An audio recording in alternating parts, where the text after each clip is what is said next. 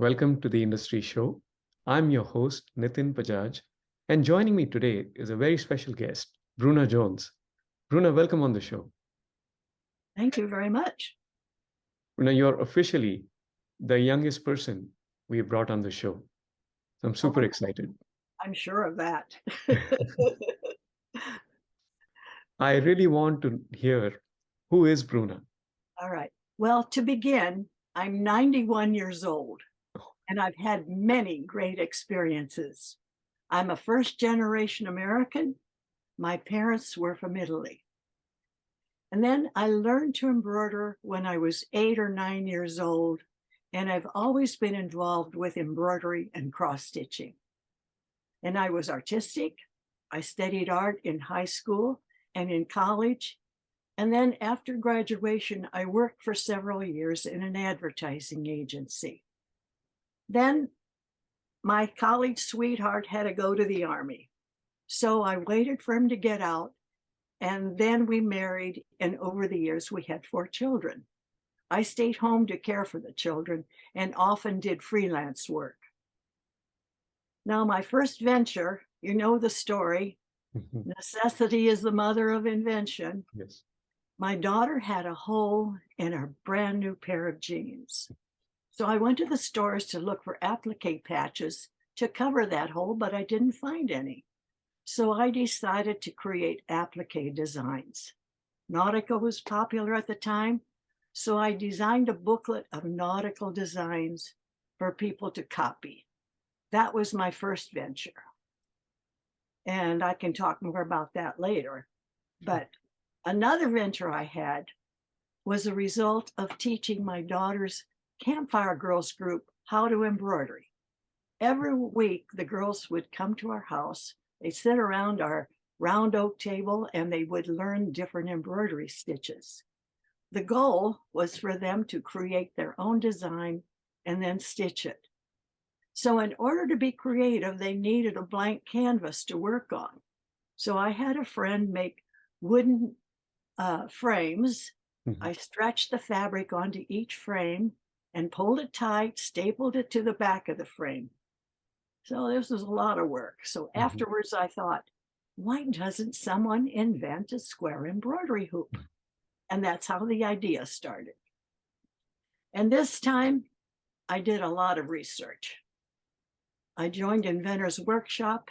I talked with engineers. I had a prototype made that worked. And it was composed of 2 parts, an inner piece that fit into an outer piece. So I decided to have the outer piece look like a frame.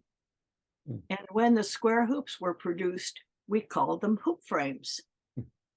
Then I went to trade shows and found acceptance for them. And then as sales increased, we produced more hoop frames in different sizes. That was one idea. Then I had another idea while I have this company. Then I had another idea for a product when I saw a cross-stitch Christmas ornament framed with a small round frame that was shaped like a donut. On one side was the cross stitch, and on the back was a piece of felt to hide the back of the stitching. I thought that a double-sided frame would be much better.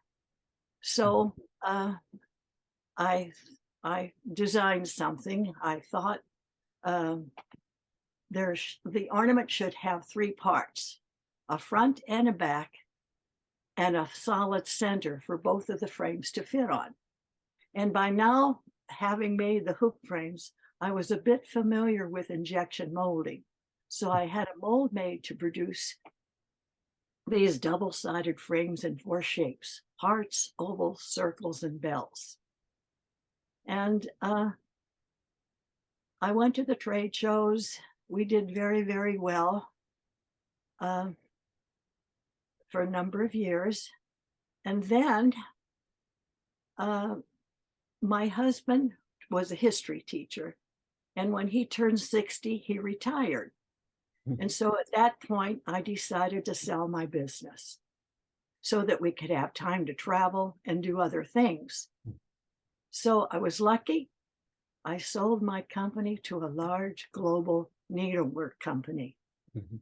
So then, not having to deal with the obligations of running a company, then I decided what else to do, and I got a really good job. And that was teaching crafts on Holland America's around the world cruises. And my husband was my assistant. So we taught crafts for 5 years on the cruise ships, and we taught for 3 months during each of those 5 years. All right, that was great. But then that large company that had taken over my company decided to close down their subsidiary. So I took my company back.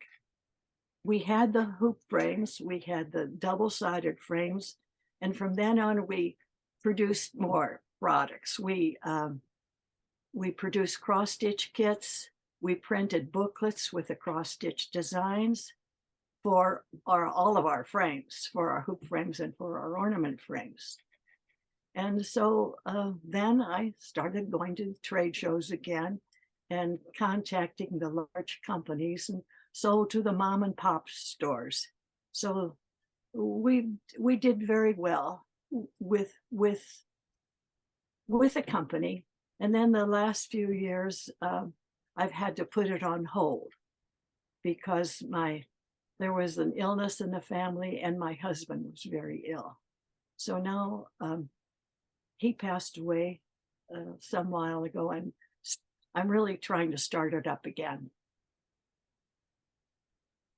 And again, sorry to hear about your husband. And on the flip side, I love the energy. I love how you've been a perennial entrepreneur and innovator. You brought so many innovations to life, and your spirit, your energy is infectious.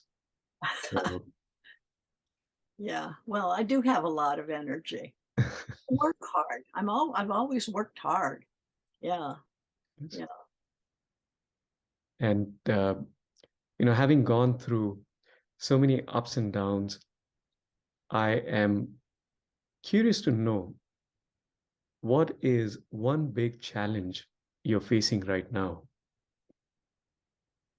Well, just because of my age, Mhm. I'd love to continue. I have more ideas, but because of my age, I need to try to sell my business. Yes, makes sense. On the flip side of challenges come opportunities. What's the most exciting opportunity that you see ahead of you? Oh, time. Time to do whatever I want.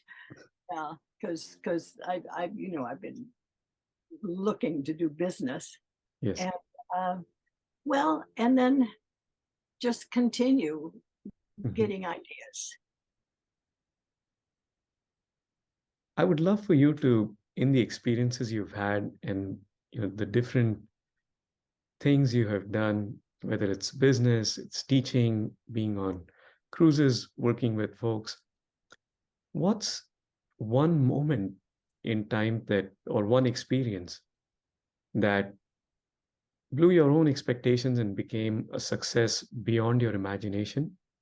And then another one that did not work out as you had expected and either became a failure or a lesson? Okay, well, I'll start with the last one. Sure. That was the booklet that I produced. Hmm. I had a great idea, but I didn't know anything about marketing. Nothing about marketing. And so I had all of thousands of these books printed, Hmm. and then what do you do with them? So I had to think creatively, and there was a bank that had uh, no, what's the word I want to use, that had offices all around California. So Hmm. I went to the headquarters and I talked with the managers there, and I said, "You give away the Sunset magazines. Why don't you give away my books and I'll do a program for you?" And they thought that was a good idea. So they started me at one of their branches, and Hmm. that was very successful. one woman there deposited $10,000, and so from then on, they sent me to all their branches all over California. And so I made it successful by doing that. Yeah. I love that, and I'm not surprised at all. And as you said at the beginning, necessity is the mother of invention. So, Yeah. Yeah. Okay, now the successes. mhm. I like to think that the hoop frames are a success. So when I got into that, I called the top needlework people. And I says, what do you think of the idea of a square embroidery hoop? Oh, they loved the idea. And then I looked into it. I checked all around. As I said, I joined Inventors Workshop. I talked to engineers, and I really did my homework to make sure that that wouldn't be a failure. And I consider it a success. And you're right to do so. Bruna, I would love, thanks for sharing those experiences. I'd love for you to share what I call one line life lessons. And this is my favorite part of the show. Would love to hear a few of your one line life lessons. Okay. The one was like the necessity. Sometimes ideas occur because of a necessity. That everybody knows that, but that's what happened with me. I had necessity. And then another thing is to think beyond the idea that you have. Think all around it and how it can be improved. And another one is to do your research, which I hadn't done the first time. To research a new idea very thoroughly. And another, don't be afraid to experiment with new ideas. Be persistent. I'm very persistent. I keep trying and trying. And now the last one is a nice little ditty that I teach my kids. It's good, better, best. Never let it rest till your good is better and your better is best. And that's it. I love that, especially the last one. Bruna, thank you so much for making the time to share your journey, your experiences and successes, and of course, your life lessons. We really appreciate it. And well, first off, congratulations and kudos for everything you've accomplished and the energy you bring and all that you do for your friends, your family, and the community. And then wish you continued success as you look forward to innovate more. Thanks a lot. Thank you very, very much, Ninton. It's been a pleasure.